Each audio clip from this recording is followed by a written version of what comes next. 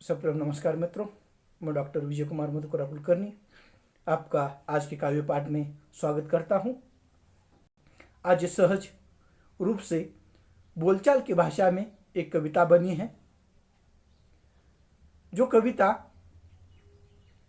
नहाने के लिए जब पानी गर्म किया जाता है उसको चूल्हे में उस लकड़ी को डाला जाता है और उस जलन को देखकर उसकी तुलना मनुष्य के एक प्रवृत्ति पर जो ईर्ष्या की प्रवृत्ति होती है उस पर सहज रूप से शब्द जुड़ते गए हैं।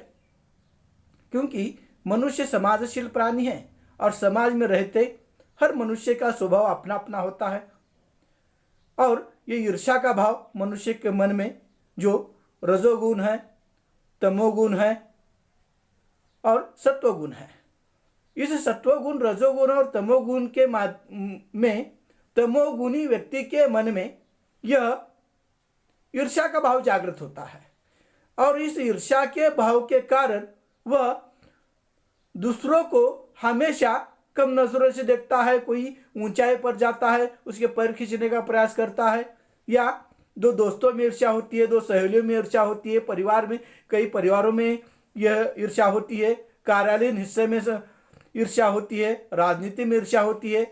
इस ईर्ष्या ने मानो कई जगह व्याप्त ली है और ऐसे में मनुष्य अंदर ही अंदर जलता रहता है। क्यों जलता रहता है पता नहीं, लेकिन उसका जो ईर्ष्या का स्वभाव होता है वो ईर्ष्या का स्वभाव उसे खुद जला देता है। लेकिन उसकी भी जो जलन होती है वो जलन लकड़ी की जलन के साथ जुड़ गई है और ऐसे कविता की निर्मित सहज रूप से जलन नाम से जो बोलचाल की भाषा में आपके सामने मैं प्रस्तुत कर रहा हूं। कविता स्वयं लिखित है, हो सकता है इसमें कोई गलतियां हो, तो आपके सामने कविता का पाठ करते जा रहा हूं।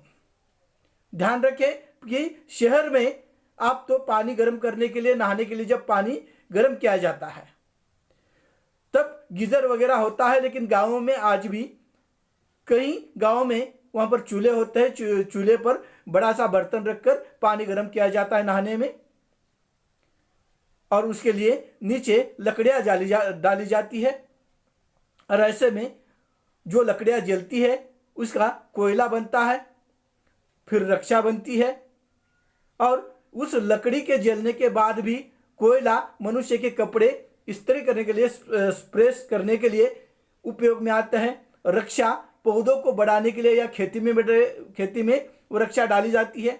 यानी लकड़ी ने जलकर भी अपने जीवन का मकसद वहां पर साध्य किया है।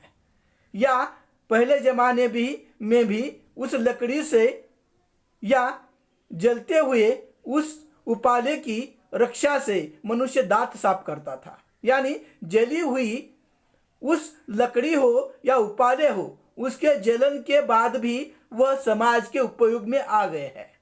लेकिन एकमात्र मनुष्य ऐसा है तो जलन तो मन में रखता है, लेकिन उस जलन के कारण उसका खुद का ही वहां पर जीवन कहीं ना कहीं विनाश की ओर चला जाता है और इसका एकमात्र कारण होता है इस जलन का ईर्ष्या, कुंठा, द्वेष, दूसरों के प्रति अमानवीय संबंध।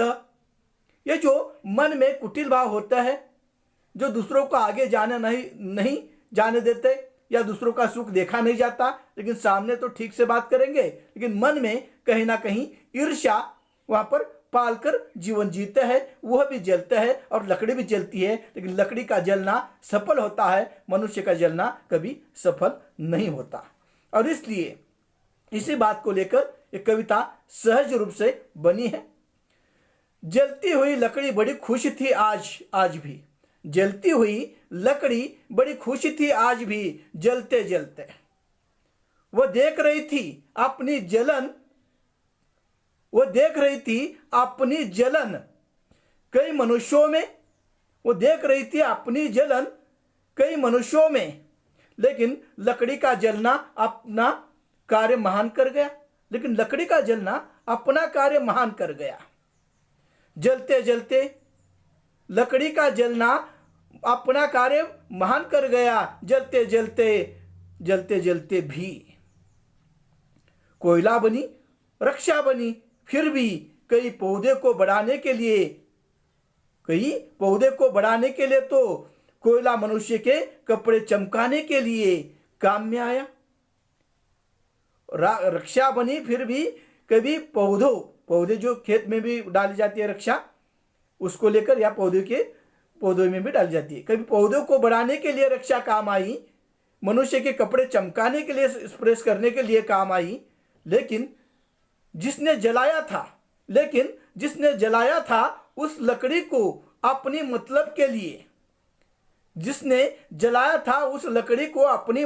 लिए, वो बड़ा दुखी हुआ था। लकड़ी को जलते जलते खुश हुआ देखकर, जिसने जलाया था लकड़ी को, उसका तो बड़ा हाल हुआ खुद जलते जलते। जिसने जलाया था लकड़ी को, उसका तो बड़ा हाल हुआ खुद जलते जलते। उसे तड़प हुई, जलन हुई, कई बार तड़पा, लकड़ी को हिलाया भी, मगर जलन कम नहीं हुई। लकड़ी को हिलाया भी, लेकिन जलन कम नहीं हुई। मनुष्य भी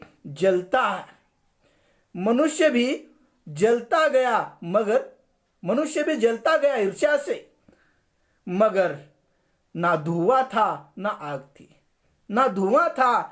थी, मगर कुछ जलना उसका सफल नहीं हुआ। लकड़ी की तरह उसका जलना सफल नहीं हुआ। लकड़ी की तरह सिर्फ ईर्ष्या, द्वेष, मत्सर का बढ़ावा हुआ। जलते हुए लकड़ी हंस रही थी मनुष्य पर। जलती हुई लकड़ी हंस रही थी मनुष्य को देखकर, इसका जलना देखकर, इसका मनुष्य का ईर्ष्या से जलना देखकर। ना कोयला, ना राख, ना धुआं, अगर खुद ही जलता है, मगर खुद ही जलता है। मनुष्य ईर्ष्या से जब जलता है, उसे देखकर लकड़ी भी हंस रही है और कहती है कि ना धुआं है, ना कोयला है, ना रक्षा है, यह खुद जल रहा है। ये मनुष्य दूसरों की खुशी देखकर, उन्नति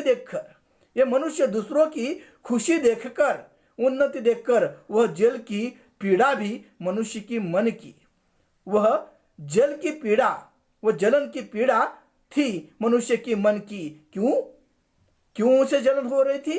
दूसरों को खुशी देखकर, दूसरों की उन्नति देखकर, दूसरों की प्रगति देखकर, ये हमसे बड़े आगे न चला जाए। और इस कारण मनुष्य अंदर अंदर जलता है, और उसे देखकर लकड़ी भी जल रही है और कहती है, वह जलन की पीड़ा थी मनुष्य की मन की, जो जली तो लेकिन सिर्फ निरर्थक, वो जली तो लेकिन सिर्फ वह निरर्थक, जिसका कोई मतलब नहीं था। यानी मनुष्य जब जलता है, ईर्ष्या करता है, तो उसकी बुद्धि का विवेक होता है, वह कहीं ना कहीं कुंठित हो जाता है, उसका विकास नहीं होता।